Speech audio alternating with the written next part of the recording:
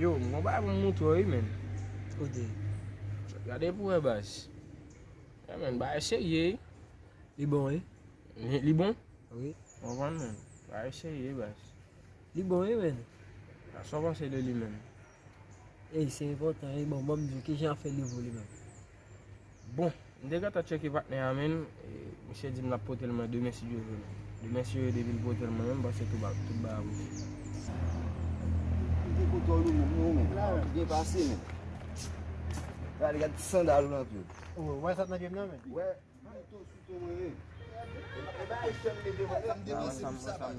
Devanse, ya, mwen devanse pou sa bas. E ba pian miye non fwe. Ad gila mesye.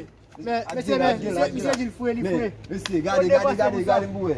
To suto mesye. Sa mal fèk te men. To suto. Yon sel Jan mi am devanse pou li fwe. Yo, kya si bo a mi mwen sa? Ti la men.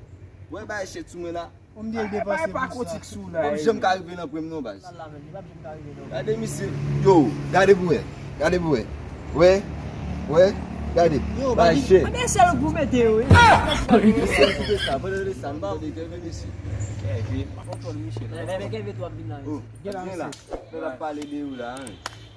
Ba yon kontrol ou men. E pose papa. Yo baz, se an HAITI, pa LOPITAL yo. Yo yon an son diyan.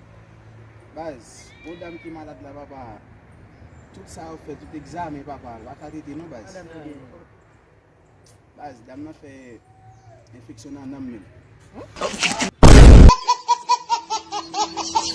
Pendant que vous ri avec nous là, pas oublier abonner à la chaîne là, une façon pour pas rater aucune de notre belle vidéo que nous poster.